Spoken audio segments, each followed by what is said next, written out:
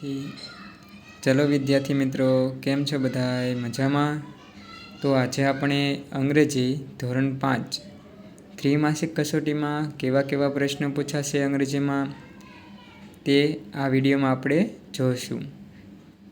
તો વિદ્યાર્થી મિત્રો, વિડીયો ચાલુ આપણે જે પ્રશ્ન લેવાના છીએ એની પહેલાં તમે લોકો તમારા મિત્રોને શેર કરી દો, વિડીયો સબસ્ક્રાઈબ કરી દો અને લાઈક કરી દો, બરાબર? એટલે મારા વિડીયો જેટલા આવશે એટલે તમારે ડાયરેક્ટ નોટિફિકેશન આવી જશે કે મેં એને વિડીયો મૂકી દીધો, બરાબર? ચલો વિદ્યાર્થી મિત્રો, આપણે હવે શરૂઆત કરીએ કેવા પ્રકારના પ્રશ્ન આવશે તે.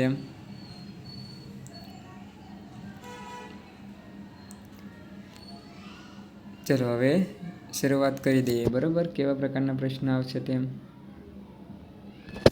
તો વિકલ્પવાળા પ્રશ્ન આવવાના જ છે, બરાબર? વિકલ્પમાં પ્રશ્ન કેવા વિકલ્પ પ્રકારના છે જો તમને એ બતાવો, બરાબર? એ directory inside the classroom. Classroom ગંદો છે તો શું કરશો? તો આપણે ધ ક્લીન ફ્લોર, બરાબર? તો નીચેનું આપણું સાફ કરશું ને પછી બેસશું. The teacher enter the class in the afternoon. તો શું કહેશો? તમને આફ્ટરનૂન કહે તો શું કહેશો તમે? ગુડ આફ્ટરનૂન, બરાબર? Teacher is writing on the board any and say. તો શું આવશે? તો લુક એટ ધ બ્લેકબોર્ડ, બરાબર ને? When you enter in your classroom, what do you ask to your teachers. તો તમે ક્લાસરૂમ એન્ટર શું કરો? માય કમિંગ, બરાબર? ઓકે, ચલો. When the teacher says show me your homework, what action will you do. તો શું કરશું આપણે? તો show the notebook. Homework check કરશે તો આપણે નોટબુક નીકાળશું ને. ચલો, ઓકે. પ્રશ્ન number 7. The teacher wanted everyone in sing a poem with action. She said let's. તો આપણે શું ગાઈશું? બરાબર? સિંગ પોએમ, કવિતા ગવડાવે તો. Your friend is shouting in the classroom, what instruction will you give him. તો સાયલેન્ટ પ્લીઝ, બરાબર? ચૂપ થઈ જશો તમે. ચલો હવે આગળ વધીએ, બરાબર? આ પ્રકારના પ્રશ્નો તમારે પૂછાશે. હવે ખાલી જગ્યા. ખાલી જગ્યામાં શું કરવાનું છે? When you go to prayer assembly your feel. તમે પ્રાર્થના કરશો તો શું ફિલિંગ રહ્યું? તો ક્લમ, બરાબર? કામ, બરાબર? અને કામ વચ્ચે, બરાબર? When you loss your game you feel. તમે ગેમ લોસ કરશો, હારી જશો તો શું થશો? સેડ થઈ જશો, બરાબર? When you fighter with your close friend. તો શું થઈ જશો? અપસેટ થઈ જાઓ ને, દોસ્તા સાથે ઝઘડો થઈ જાય તો. When you get birthday gift. તમને કોઈ બર્થડે ગિફ્ટ આપે તો શું થશો? હેપી, હે ને? હા. When you father scold you feel કેવું થશો? તો સેડ, બરાબર? ચલો હવે આગળ વધીએ. હવે ટ્રુ ફેલ છે, બરાબર? એ જોતા જઈએ. હવે આવા પ્રશ્ન છે તો હું લખી દેવાનું? ધેર આર 3 cats, બરાબર? My school is. તો એનો જવાબ શું થશે? ધીસ ઇઝ માય સ્કૂલ, બરાબર?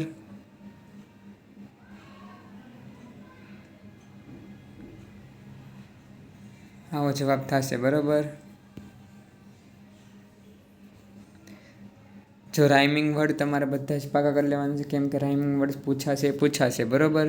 રાઇમિંગ વર્ડમાં શું જોવાનું? જો બે છેલ્લા ઓ વાય, બરાબર? તો ઓ વાય ક્યાં છે? તો બસ. તો એની સામે ક્યાં? જોઈ તો બોય, બરાબર? થિંક તો સિંગ. છેલ્લા બે અક્ષર જોઈ લો, એનજી, બરાબર? બીજું કાંઈ જોવાનું થતું નથી. ગુડ તો વુડ, બરાબર? ડીડી છેલ્લે આવો જોવે.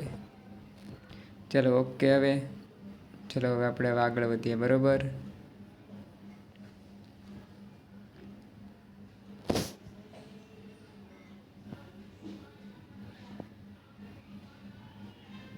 હવે તમારે અલગ પડતો શબ્દ, બરાબર? તો કેરમ અલગ પડશે, બરાબર? તો આમાં ફ્રેન્ડ અલગ પડશે, આમાં બોડી અલગ પડશે. તો ટાઈગર શિકારી પ્રાણી છે બરાબર. ડોગ, કેટ એ બધા પાલતુ પ્રાણી છે બરાબર. અલગ પડતો હોય તે લખવાનો છે. ચાલો ઓકે.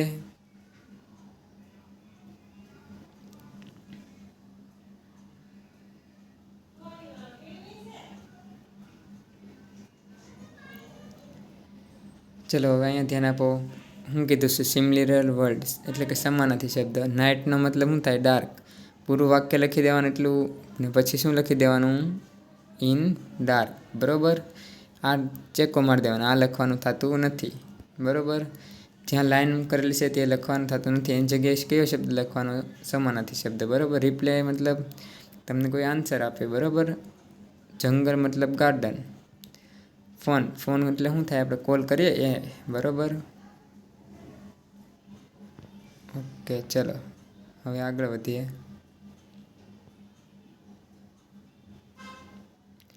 જો રાઇમિંગ વર્ડ પૂછો, રાઇમિંગ વર્ડ કેટનો બદલે હેટ બરાબર.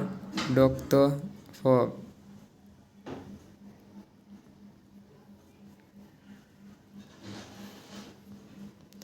હસન તો રન બરાબર.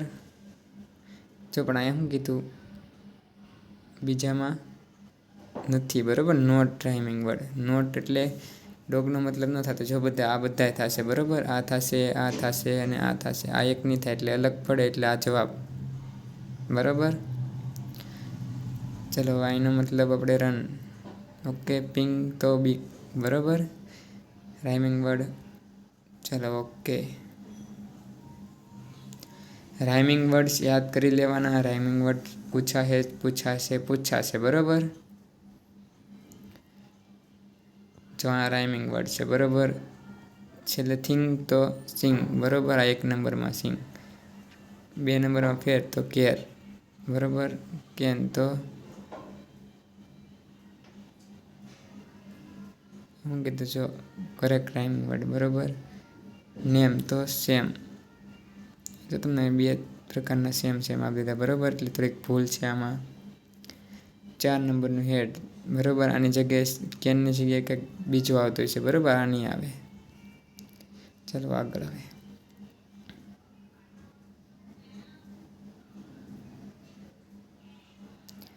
હવે જો તમને એક ફકરો આપેલો હશે બરાબર. ફકરામાંથી તમારે શોધીને લખવાનું છે બરાબર. સ્માઇલ એટલે પોઝિટિવ કીધું. સ્માઇલ તો ક્રે બરાબર. બાકી બધું ફકરામાંથી શોધીને જ લખવાનું છે. મેં તમને શીખવાડેલું છે ફકરામાં બેઠું જેમ લખેલું એવું તેવું વાક્ય હશે બરાબર. પોયમ હશે, વાક્ય હશે બરાબર. જો અહીંયા એક ફકરો છે બરાબર. કિટ્ટી ઇઝ ખાલી ગઈ એની વેરી પ્લેફુલ. ક્યાં લખ્યું એવું? તો અહીં લખેલું છે Kitty is the white and very playful. તો વાય ક્યાં છે? અહીંયા બરાબર. તો આ જવાબ થશે. What is the name of Riya pet cat બરાબર. ક્યાં લખ્યું?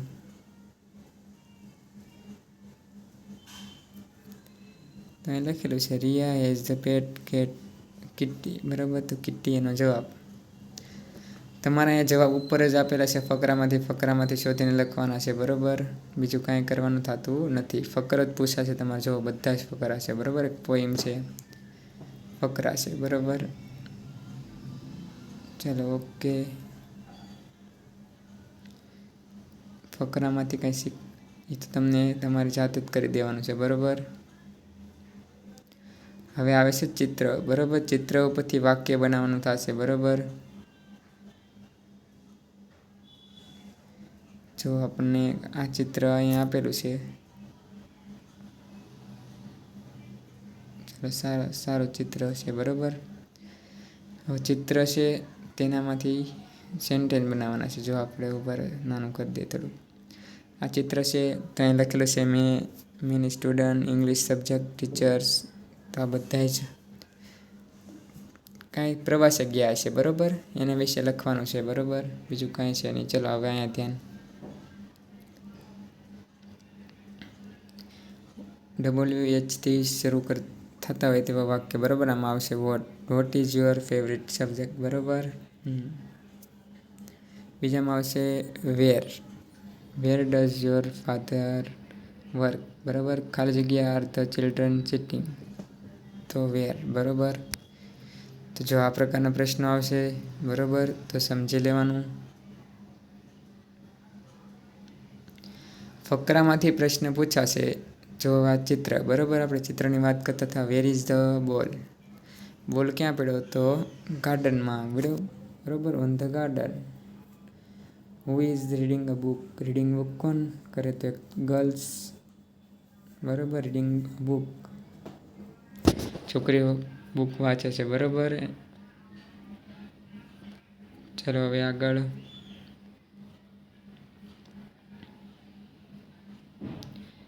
જો બોલ માટે હંમેશા ઈટ વપરાય. બરાબર, ઈટ અને તે ની જે વસ્તુ માટે. બરાબર, મોના છોકરી છે તો સી આવશે. પૂરું વાક્ય લખી દેવાનું છે. આ લખી દેવાનું. આ એક લખવાનું થતું નથી, આ લખી દેવાનું. આની જગ્યાએ શું લખવાનું? સી. બરાબર, ધ્રુવ છોકરા માટે હી વપરાય. બરાબર, હી.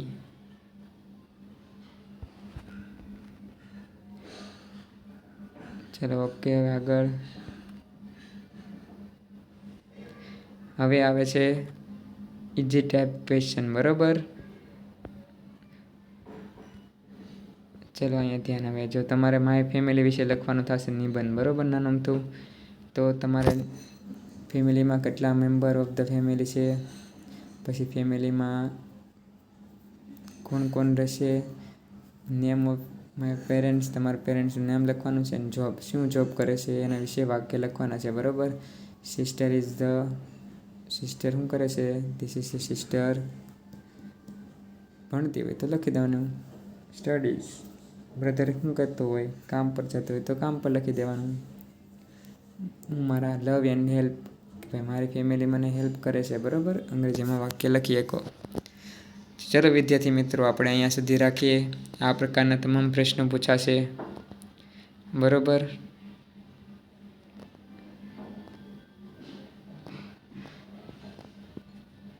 ચલો આપણે અહીંયા સુધી રાખીએ.